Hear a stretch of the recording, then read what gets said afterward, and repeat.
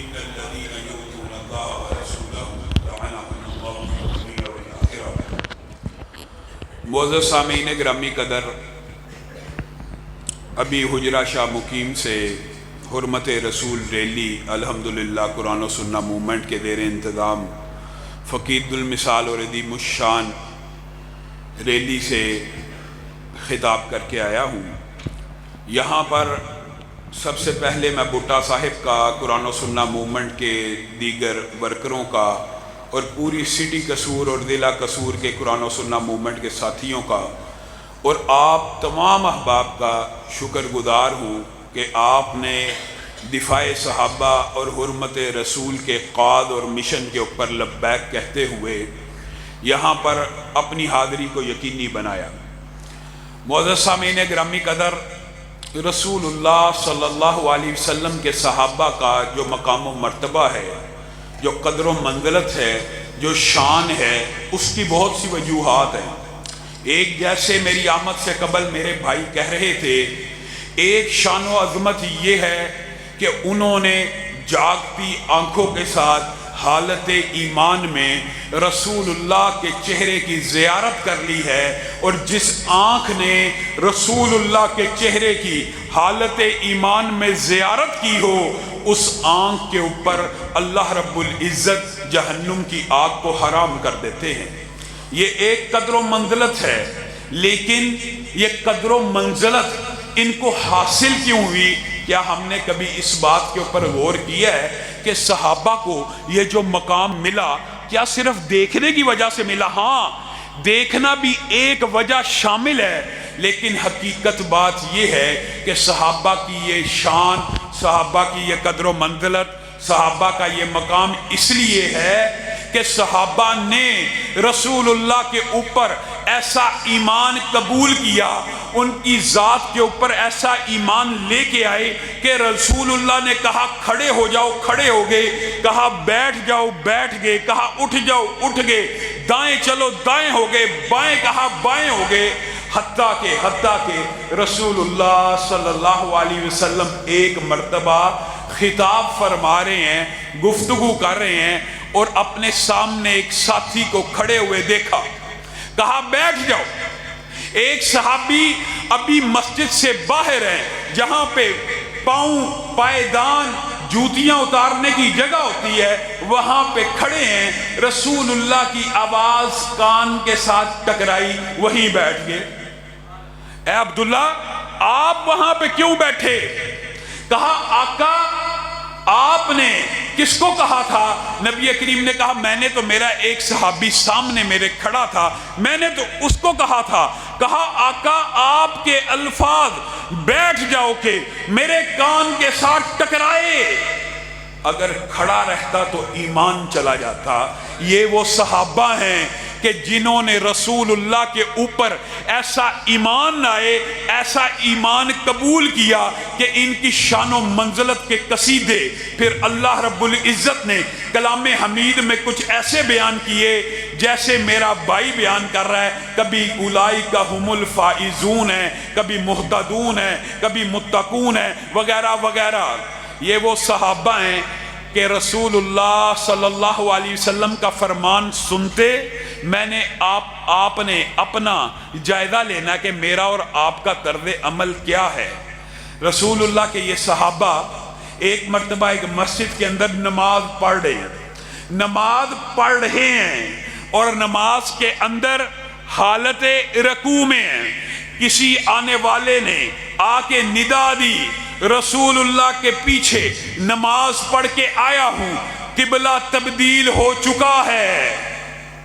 ایک آنے والا کیا پیغام لے کے آ رہا ہے؟ رسول اللہ کی ایک حدیث لے کے آ رہا ہے کہ رسول اللہ نے قبلے کی طرف سے منہ، پہلے جو قبلہ اول تھا ادھر سے تبدیل کر کے قبلہ ثانی جو مسلمانوں کا اب ہمیشہ کے لیے قبلہ خانہ کعبہ کی طرف منہ کر لیا ہے۔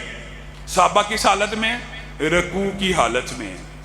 رکوع کے اندر ہی امام نے اپنی حالت کو بدلا، حالت رکوع میں قبلہ رخ تبدیل کیا، رسول اللہ صلی اللہ علیہ وسلم تک بات پہنچی، صحابہ تک بات پہنچی، کہنے لگے ایک تخیلاتی طور کے اوپر آپ کو اس بات کی طرف لے کے جانا چاہتا ہوں کہ رکوع سے سر بھی تو اٹھایا جا سکتا تھا، رکوع سے سر اٹھایا جاتا، امام آگے چلا جاتا، قبلہ رخ تبدیل کر دیا جاتا۔ یہ رکوع کے اندر ہی قبلہ رخ کیوں تبدیل کیا گیا؟ میرے بھائیو، یہ وہ صحابہ ہیں جس کی وجہ سے ان کا مقام و مرتبہ ہے۔ صحابہ نے جو کردار، جو عمل، جو گفتار، جو بات پیش کی، وہ عالم تخیل میں ایسے ہے کہ رسول اللہ کی حدیث سنی تھی، حالت رکوع میں تھے، قبلہ تبدیل ہو گیا، اگر سر کو اٹھا لیتے اور اٹھا کے قبلہ تبدیل کرتے ہمارا ایمان ضائع ہو جاتا۔ یہ رسول اللہ صلی اللہ علیہ وسلم کے اوپر ایسا ایمان لے کے آئے۔ رسول اللہ ایک مرتبہ نماز میں کھڑے ہیں، نماز کے اندر جبریل امین وحی لے کے آئے کہ آپ کے جوتے کے نیچے کوئی ایسی ویسی چیز لگی ہے۔ رسول اللہ نے جوتوں کو اتار دیا، اب سلام پھیرا، کیا دیکھا؟ پیچھے سارے کے سارے صحابہ نے جوتوں کو اتارا ہوا ہے۔ اے میرے صحابہ، مجھے تو جبریل امین خبر دے کے گئے ہیں کہ تیری جوتی کے نیچے کوئی چیز لگی ہے، میں نے تو جوتوں کو اس لیے اتارا ہے۔ آپ نے جوتوں کو کیوں اتارا؟ کہا اللہ کے رسول، جب آپ جوتوں کو اتار دیں اور ہم پہنے رکھیں تو ہمارا ایمان ضائع ہو جائے۔ میرے بھائیو، یہ صحابہ کا رسول اللہ کی حدیث سے پیار ہے، صرف حدیث سے نہیں، ذات سے بھی پیار ہے۔ میرے صحابہ وہ ہیں کہ رسول اللہ وضو کرتے ہیں، صحیح حدیث آپ کے سامنے رکھتا ہوں، رسول اللہ وضو کرتے ہیں اور کہنے والے کہتے ہیں کہ یہ اتنے عظیم صحابہ تھے کہ وضو کا بچا ہوا پانی زمین کے اوپر نہیں تھے گرنے دیتے۔ رسول اللہ کو پسینہ آتا، آپ کے پسینے کو خشک کر کر کے ڈبیوں میں ڈال لیتے، اس کی خوشبو بناتے۔ رسول اللہ کو غلطی سے تھوک آ جاتا تو وہ تھوک زمین پہ گرنے نہ دیتے، اپنے ہاتھوں سے پکڑتے، ہاتھوں کو مل کر جسموں پہ مل لیتے۔ یہ رسول اللہ صلی اللہ علیہ وسلم کے صحابہ ہیں کہ ابو بکر ہجرت کے دن میں، ہجرت والی باتیں آپ نے حضرت ابو بکر کی سنی ہوں گی کہ ثانی اثنین اذ ہما فی الغار اذ یقول لصاحبہ، واحد ہیں جن کو اللہ رب العزت نے قرآن پاک میں صحابی کا، اور واحد ہیں جن کی 4 نسلیں صحابیت کے شرف سے بہرہور ہوئی، واحد ہیں۔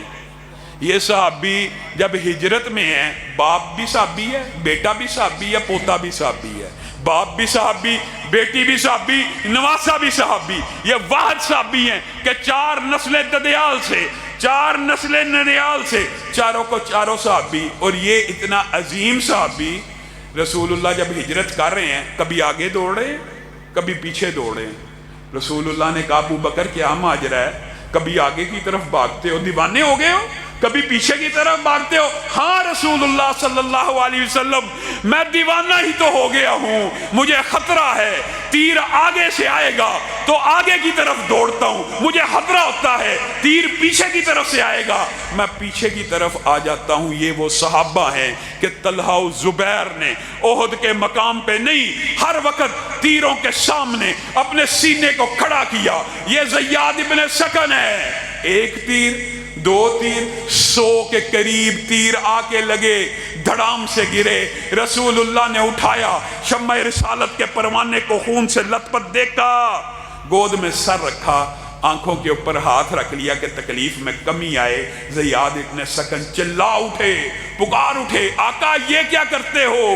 آنکھوں سے ہاتھ اٹھا دیجئے، اللہ کل قیامت کے دن پوچھے گا کیا لے کے آئے ہو؟ یہ وہ شمع رسالت کا پروانہ ہے جس نے پوری جان دے دی، اور کہہ کیا رہا ہے؟ کل اللہ پوچھے گا کیا لے کے آئے ہو؟ تو اللہ کو کہوں گا اس چہرے کو دیکھتا ہوا آیا ہوں کہ جس کے چہرے پہ پڑنے والی نگاہ کے اوپر تو نے جہنم کی آگ کو حرام کر دیا۔ یہ میرے صحابہ،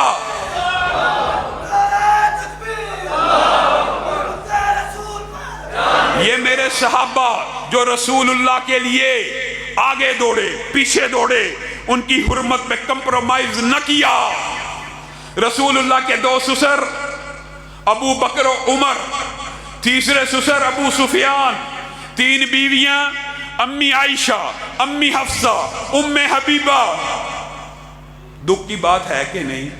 رشتہ دار رسول اللہ صلی اللہ علیہ وسلم نے کہہ دیا تھا کہ اللہ رب العزت نے کائنات کے اندر سب سے افضل دلوں کو ٹٹولا، جن دلوں کو سب سے افضل پایا ان کے اوپر نبوت کا تاج رکھ دیا۔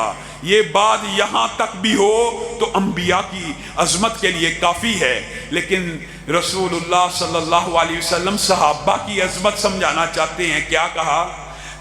انبیاء کے بعد اللہ رب العزت نے انسانوں کے اندر سب سے مقدس، سب سے محترم، سب سے اعلیٰ، سب سے افضل دلوں کو ٹٹولا۔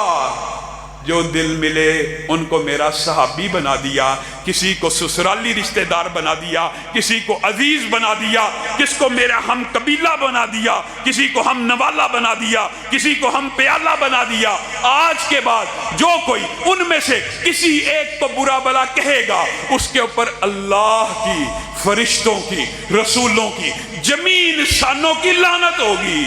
میرے بھائیو، یہاں پہ رکیے، یہاں پہ غور کیجئے۔ ایک خاص طرز فکر، ایک خاص طرز عمل۔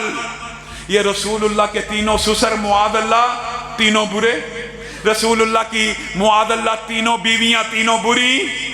یہ رسول اللہ صلی اللہ علیہ وسلم کے ارد گرد خاندان کو ان سب و شتم کا نشانہ بنانے والے نے، وہ آصف رضا علوی کا میرے بھائی نے نام لیا۔ اللہ کے فضل و کرم سے ایک بات تو دکھ کی ہے کہ اس بدبخت نے حضرت ابو بکر کی بھی توہین کی، اور امی عائشہ کی ایسی توہین کی جو صرف امی عائشہ کی توہین نہیں ہے۔ اور میرے اہل تشیع اگر کوئی معتدل بھائی ہیں وہ بھی غور کریں، صرف امی عائشہ کی توہین نہیں ہے بلکہ رسول اللہ کی بھی توہین ہے۔ بدبخت کیا کہتا ہے؟ کہتا ہے نفس علی نفس رسول ہے، اور جب وہ نفس رسول بنا تو اس نے معاذ اللہ امی عائشہ کو طلاق دے دی۔ کس نے؟ حضرت علی نے۔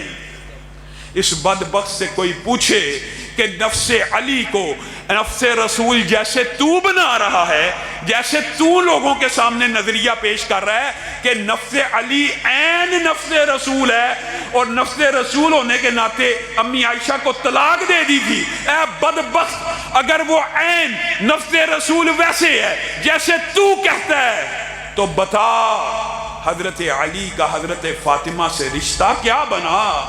یہ کیا رسول اللہ کی توہین ہے کہ نہیں ہے؟ اس بدبخت نے اتنی رسول اللہ کی توہین کی، اس سے مسلمانوں کے کلیجے ان کو چوٹ پہنچی۔ اللہ کے فضل و کرم سے میں تو یہ بات، اگرچہ یہاں پر کثیر تعداد میں اہل حدیث موجود ہیں، لیکن یہ بات میں کہنا چاہتا ہوں، 1400 برس گزر گئے اور میرے بھائیوں صحابہ کی کرامت دیکھ لو۔ 70 برس سے پاکستان کے اندر اہل حدیث جو بندی بریلوی آپس میں دیواریں کھڑی تھی، فرقہ واریت موجود تھی۔ صحابہ کی کرامت دیکھو، ایک اس رافضی ذاکر نے حضرت ابو بکر کے بارے میں حرزات سرائی کی، تینوں مسالک ایک ہو گئے۔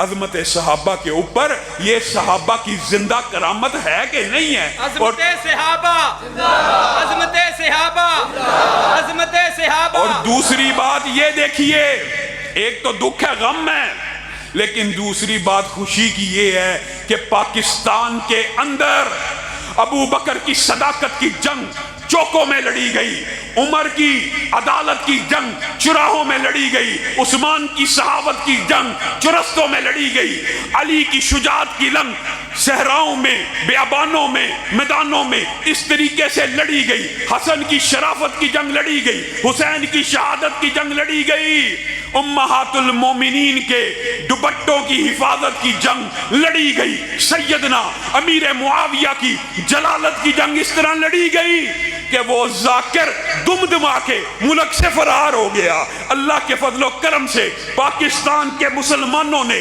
اس بات کے اوپر مہر تصدیق کو ثبت کر دیا کہ پاکستان کے اندر اگر رہنا ہوگا تو صحابہ کا غلام بن کے رہنا ہوگا. جو شخص صحابہ کی توہین کرے گا پاکستان کے اندر اس کو جگہ نہیں مل سکتی, اس کو ملک سے فرار ہونا پڑے گا.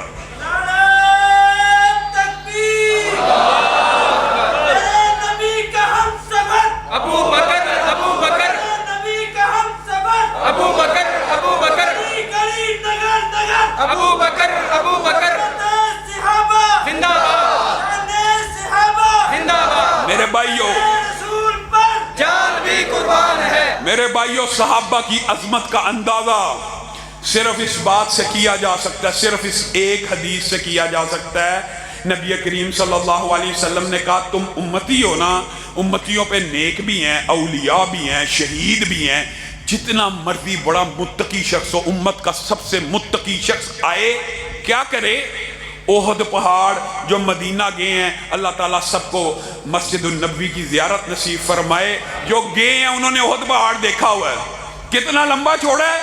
9 کلومیٹر کے اوپر پھیلا ہوا ایک طویل سلسلہ ہے احد پہاڑ کا. رسول اللہ صلی اللہ علیہ وسلم نے کہا جو امت کا سب سے متقی شخص ہے وہ احد پہاڑ جتنا کیا خرچ کرے؟ سونا.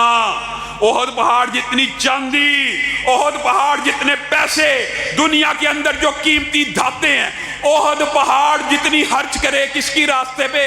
اللہ کے راستے پہ. اور نیت کیا ہو؟ نیک. اور نیت کیا ہو؟ خالص. نیت کیا ہو؟ ریاکاری کے بغیر. سب سے نیک شخص ہے خلوص نیت سے اللہ کی بارگاہ میں احد پہاڑ جتنا سونا چاندی خرچ کر رہا ہے.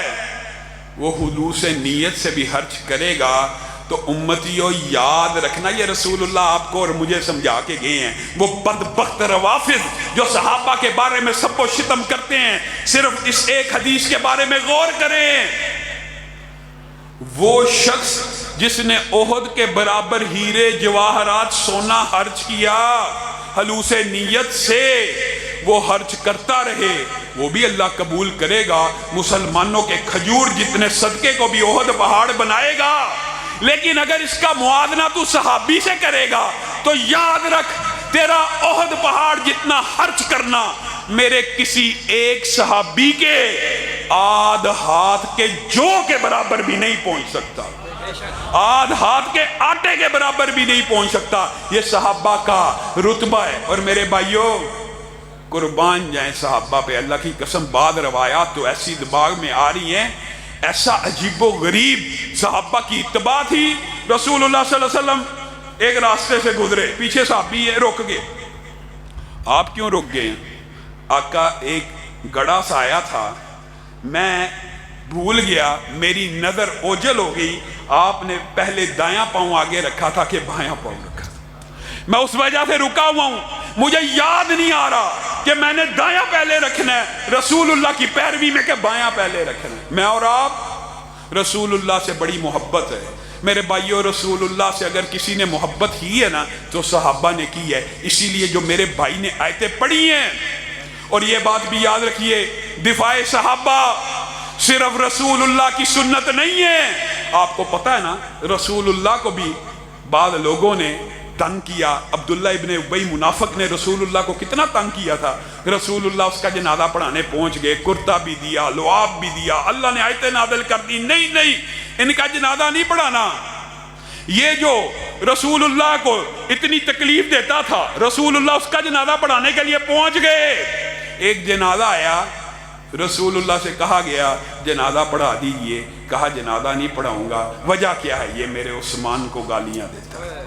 یہ رسول اللہ کی سنت نہیں ہے, یہ اللہ رب العزت کی بھی سنت ہے کہ جب صحابی کے اوپر کوئی الزام لگے گا تو اللہ اسی الزام کو پلٹائے گا. الا انہم ہم السفہاء. جب ان بدبخت لوگوں نے صحابہ کو سفہاء کہا تو اللہ نے جواب میں کیا کہا؟ صحابی سفہاء نہیں ہے, الا انہم ہم السفہاء. اسی طرح انہوں نے صحابہ کا ٹھٹھا اڑایا تو اللہ نے کیا کہا؟ اللہ یستہزئ بہم. میں رب صحابہ کا ٹھٹھا اڑانے والوں کا ٹھٹھا اڑاتا ہوں. گویا دفاع صحابہ صرف رسول اللہ کی سنت نہیں ہے, اللہ کی بھی سنت ہے. لیکن ان صحابہ نے رسول اللہ سے جو پیار کیا میرے بھائیوں, آج جو موقع آ گیا ہے، آج جو وقت آ گیا ہے کہ ہم نے دفاع صحابہ کی، جو پورے وطن عزیز میں جنگ لڑی، اس سے بڑی جنگ کا وقت آ چکا ہے۔ وجہ کیا ہے؟ اب کفار ان صحابہ کے اوپر تو روافض نے حملہ کیا، کرتے چلے آ رہے ہیں، امت ایک ہو گئی، اللہ کے فضل و کرم سے فرقہ وریت کی دیواریں ختم ہوئی، سب ایک ہو گئے دفاع صحابہ کے جھنڈے کو اٹھانے کے لیے۔ آج اب وقت آ چکا ہے کہ اسی اتحاد کو برقرار رکھا جائے، نہ صرف برقرار رکھا جائے بلکہ آگے بڑھایا جائے۔ کیوں؟ میکرون بدبخت نے، فرانس کے صدر نے رسول اللہ صلی اللہ علیہ وسلم کے خاکے چھاپنے والے کی پشت پناہی کا پہلے اعلان کیا، اور کیا کہا؟ کہا پوری دنیا کے اندر اسلام بحران کا شکار ہے، اسلام بحران کا شکار ہے، میں 70 مسجدیں بند کرتا ہوں، میرے وطن کے اندر حجاب کے اوپر پابندی ہوگی۔ اس بدبخت نے اسلام کے خلاف ڈائلاگ بولے، رسول اللہ کے حاکے چھاپنے والے بدبخت کی پشت پناہی کی، اور یہاں پہ افسوس ہوتا ہے کچھ بدبخت سکالر تو بنتے ہیں لیکن سکالرز آف ڈالرز ہیں، آ کے کہتے ہیں یہ جی جو حرمت رسول کا قانون ہے نا، اس کی سزا احادیث سے تو مل جاتی ہے جو مسلمانوں نے بعد میں لکھی تھی، بڑے عرصے کے بعد آئی تھی، قرآن سے نہیں ملتی۔ پہلی بات، ان الذین یؤذون اللہ ورسولہ لعنہم اللہ فی الدنیا والآخرہ، یہ سورۃ احزاب کی آیت یاد رکھیں، اس آیت کا عطف اسی سورۃ احزاب نے آگے جا کے پڑھتا ہے۔ کیا آیت کا ترجمہ ہے؟ جو رسول اللہ کو اذیت دے، جو رسول اللہ پہ سب و شتم کرے، وہ اللہ کو بھی اذیت دینے والا ہے، یعنی اللہ اور رسول اللہ کو اذیت دینے والوں کے اوپر دنیا اور آخرت میں لعنت ہے اور آخرت میں عذاب ہے۔ بات اتنی ہو تو یہ اسکالر آف ڈالرز کہتے ہیں دیکھیں جی لعنت ہی ہے نا، قتل کا ذکر کہاں پہ ہے؟ یہ جو حرمت رسول کی جو سزا ہم نعرے لگاتے ہیں کہ ایک ہی سزا ہے، سر تن سے جدا ہے، یہ کہاں پہ ہے؟ ان بدبختوں نے قرآن پاک کی اسی آیت کا عطف ہی نہیں پڑھا۔ آگے چلیے، 2 آیتوں کے بعد اللہ رب العزت ان کی سزا بیان کر رہا ہے۔ یہ تو تھی باطنی طور کے اوپر، روحانی طور کے اوپر جو ان کو سزا دی جائے گی، اور جو آئینی طور کے اوپر، قانونی طور کے اوپر، معاشرتی طور کے اوپر سزا دی جائے گی، وہ کہاں ہے؟ قرآن سے ثابت کرتے ہیں۔ آئیے، ملعونین اینما ثقفوا، ان کے اوپر اللہ کی لعنت ہے جہاں پہ بھی ہوں۔ یہاں پہ تو پھر لعنت ہے۔ اب قتل کی سزا کہاں ہے؟ اللہ رب العزت نے آگے ساتھ ہی بیان کر دی، ملعونین اینما ثقفوا اخذوا وقتلوا تقتیلا، یہ ایسے لعنتی لوگ ہیں کہ ان کو پکڑا جائے گا اور ان کو قتل کیا جائے گا، ٹکڑے ٹکڑے کر دیا جائے گا۔ قرآن کہہ رہے ہیں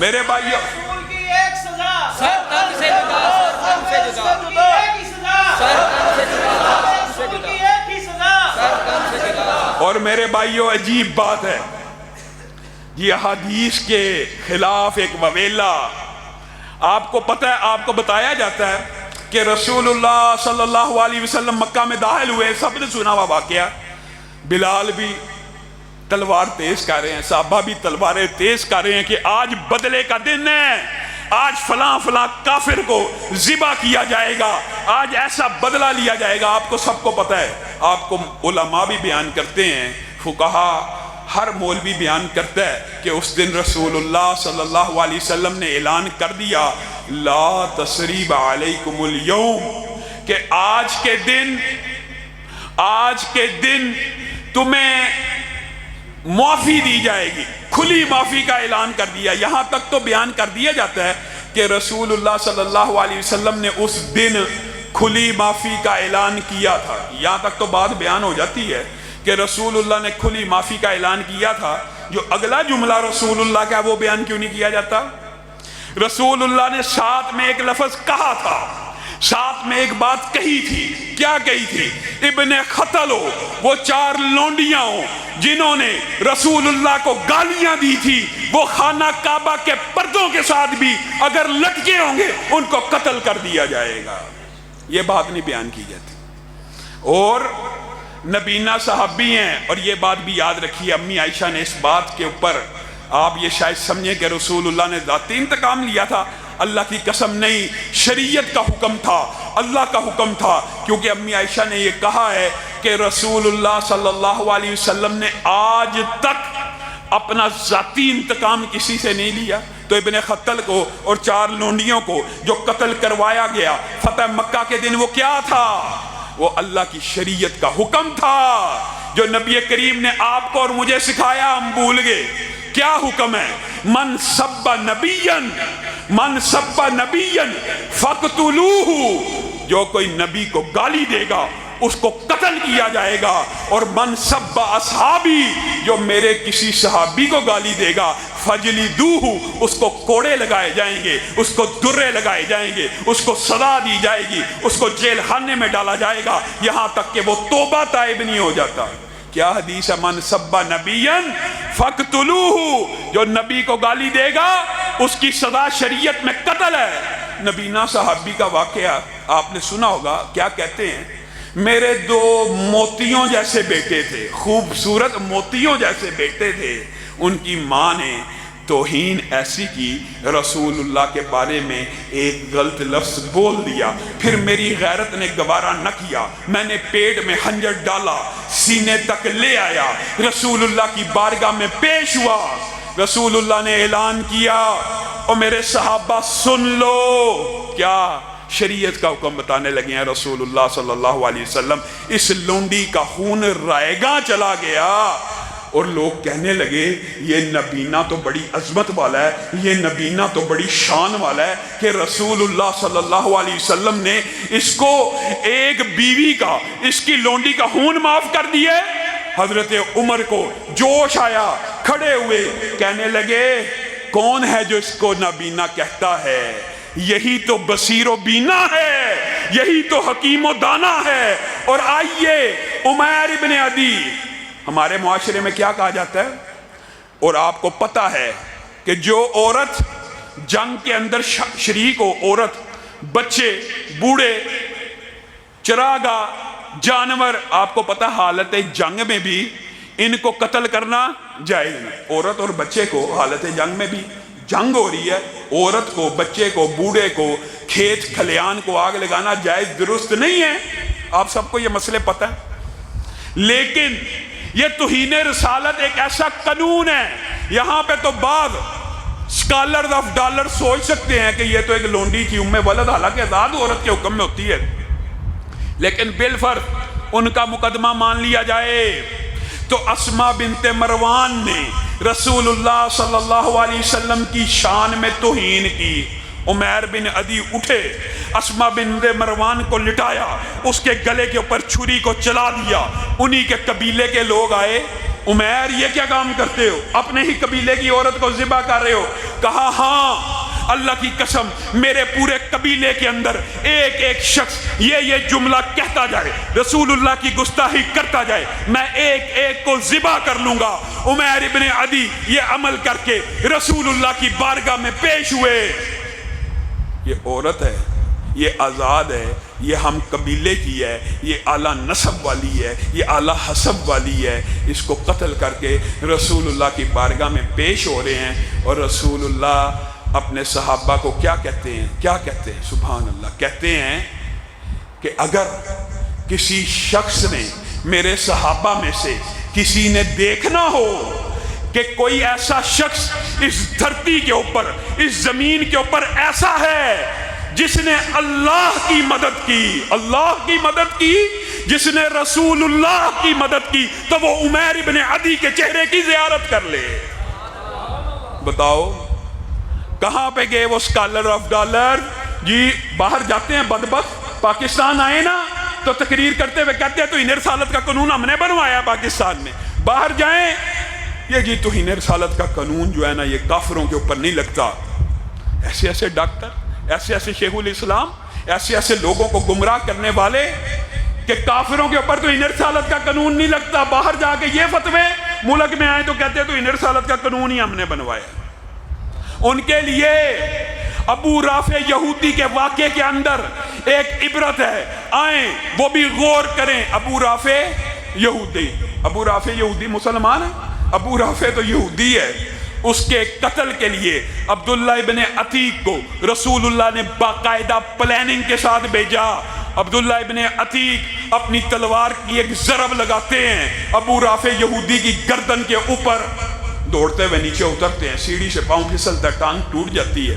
اب ذہن میں خیال آتا ہے پتہ نہیں ابو رافع مرا کہ نہیں مرا، جب تک اس کی موت کی خبر نہیں سنوں گا یہاں سے نہیں جاؤں گا۔ کچھ عرصے بعد وبیلہ مچ گیا، ابو رافع یہودی مر گیا ہے۔ خوشی سے اپنی ٹوٹی ہوئی ٹانگ کپڑے میں لپیٹ کے رسول اللہ کی بارگاہ میں حاضر ہوئے۔ رسول اللہ کا چہرہ خوشی سے چمکنا شروع ہو گیا اور آپ نے پیار سے عبداللہ ابن عتیق کی ٹانگ کے اوپر ہاتھ پھیرا۔ اب آگے سے عبداللہ ابن عتیق بیان کرتے ہیں، کہتے ہیں میری وہ ٹانگ جو ٹوٹ چکی تھی، پہلے اس میں جتنی قوت و طاقت تھی ٹوٹنے سے پہلے، رسول اللہ نے جب سے ہاتھ پھیرا اس سے بھی زیادہ طاقتور ہو گئی ہے۔ کعب بن اشرف یہودی ہے، پھر ایک نیا فلسفہ غامدی صاحب، یہ جی جو ریاست کے اندر ہوگا کافر اس کے اوپر تو لگے گا، جو ریاست سے باہر ہوگا اس کے اوپر نہیں لگے گا یہ قانون۔ کعب بن اشرف کا قلعہ جائیے مدینہ میں آج بھی مدینہ کی حدود سے باہر ہے، اس وقت ریاست مدینہ سے باہر تھا۔ رسول اللہ صلی اللہ علیہ وسلم نے صحابہ کا ایک قافلہ بھیجا، اس کو بھی قتل کروایا۔ گویا یہ بات شرعی طور پہ ثابت ہو گئی کہ گستاخ رسول کی ایک سزا سر تن سے جدا سر، یہ شرعی سزا ہے۔ لیکن یہاں پہ رکنا ہے، یہاں پہ آپ نے غور کرنا ہے، ایک بات سمجھنی ہے کہ یہ سزا دینا اصلاً حقیقتاً ریاست کا کام ہے۔ یہ قانون 295 جو موجود ہے یہ اسی وجہ سے موجود ہے کہ ملک کے اندر انتشار نہ پھیلے، کوئی بندہ اٹھے فلاں کے اوپر تو انہیں رسالت کا الزام لگا کے قتل کر دے، نہیں، یہ اجازت نہیں ہے۔ جیسے وہ بدبخت گارڈ نے ایک محب رسول کو اس وجہ سے قتل کر دیا، یہ کہتا تھا، گارڈ سے پوچھا گیا اس نے کیا گستاخی کی ہے، یہ جی کہتا تھا نماز حالی فرض پڑھنے سے ہو جاتی ہے، یہ گستاخ رسول تھا۔ کیسا بدبخت آدمی تھا، اپنے ہاتھ میں قانون کو لیا، اس کو قتل کر دیا۔ گویا آپ نے اور میں نے یہ بات بھی سمجھنی ہے کہ ہم نے، ہمارے ملک میں آئین موجود ہے، قانون موجود ہے، دستور موجود ہے، ہم نے اس کو حرکت میں لانا ہے۔ اب آئیے میکرون کی طرف، ہم اس کا کیا کر سکتے ہیں؟ میرے بھائیو، حقیقت میں جو توہین رسالت کی شرعی سزا آپ کے سامنے رکھ دی ہے، اللہ کی قسم شریعت کو چھپانا حرام ہے، چاہے کوئی ڈر کی وجہ سے، چاہے کوئی خوف کی وجہ سے چھپاتا رہے۔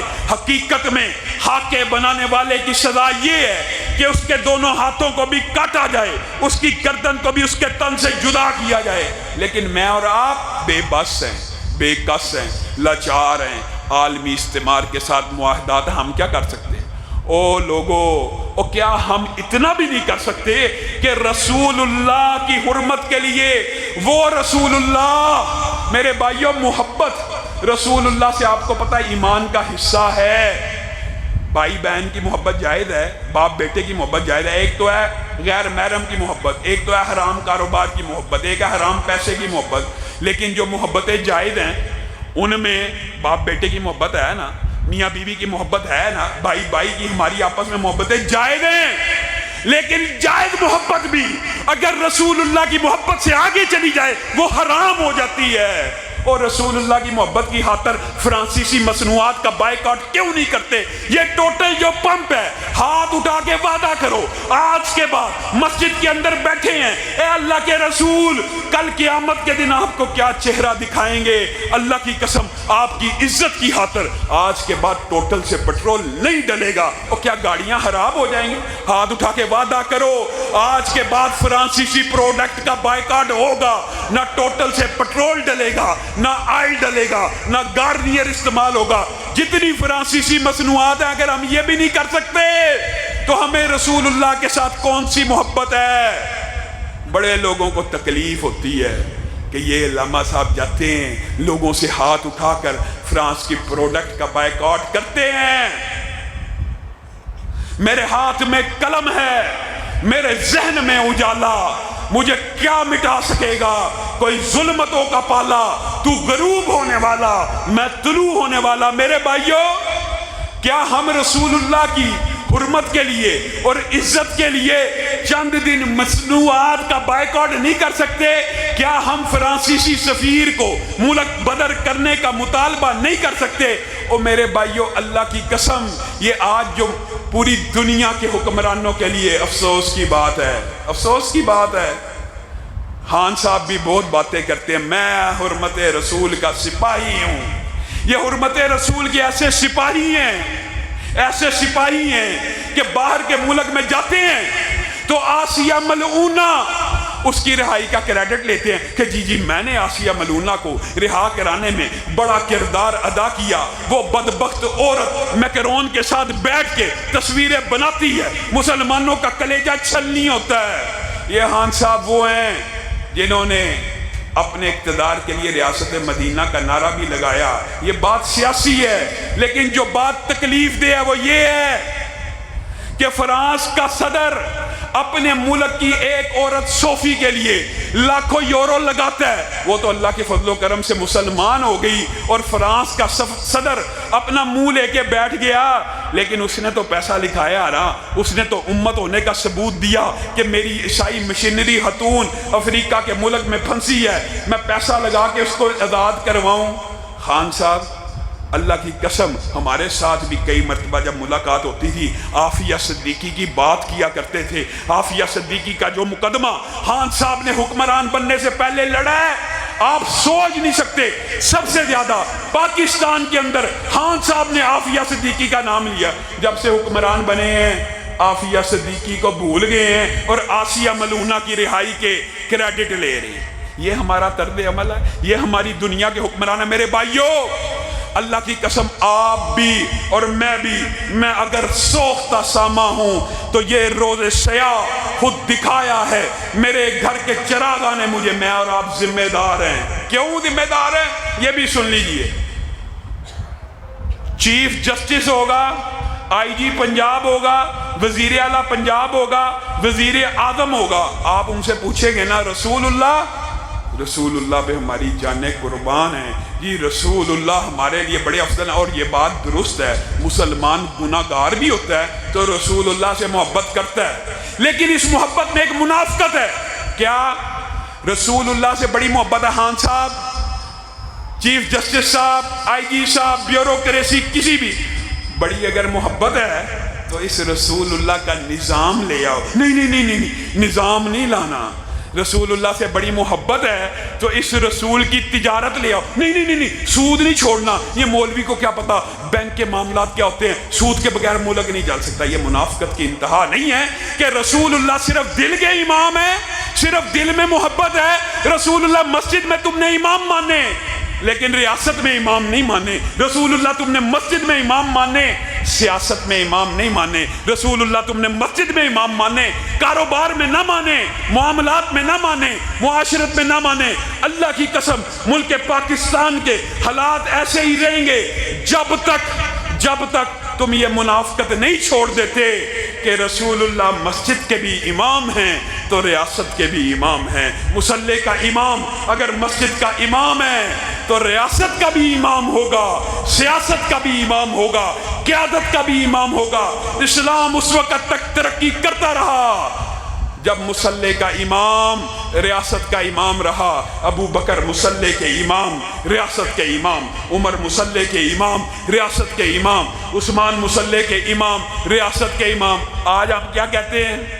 وہ یہ مولوی ممبر رسول پہ بیٹھ کے مسجد کے اندر بیٹھ کے سیاسی گفتگو کر رہا ہے. سیاست کس کا کام ہے؟ سیاست میرے علاقے کے چور کا کام ہے، سیاست میرے علاقے کے لٹیرے کا کام ہے، سیاست میرے علاقے کے وڈیرے کا کام ہے، سیاست میرے علاقے کے جگیردار کا کام ہے. جب تک تم نے یہ منافقانہ طرز عمل نہ چھوڑا تم بھی مجرم ہو.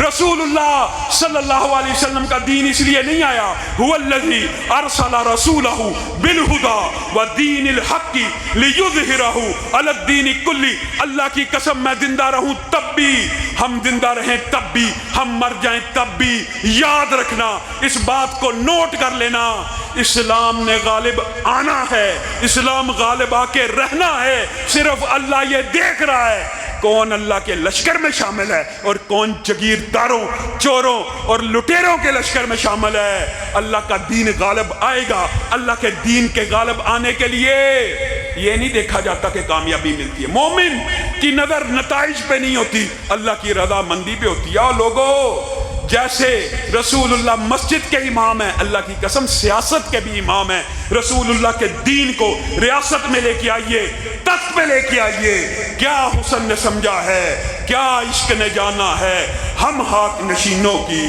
ٹھوکر میں زمانہ ہے۔ وآخر دعوانا ان الحمدللہ رب العالمین۔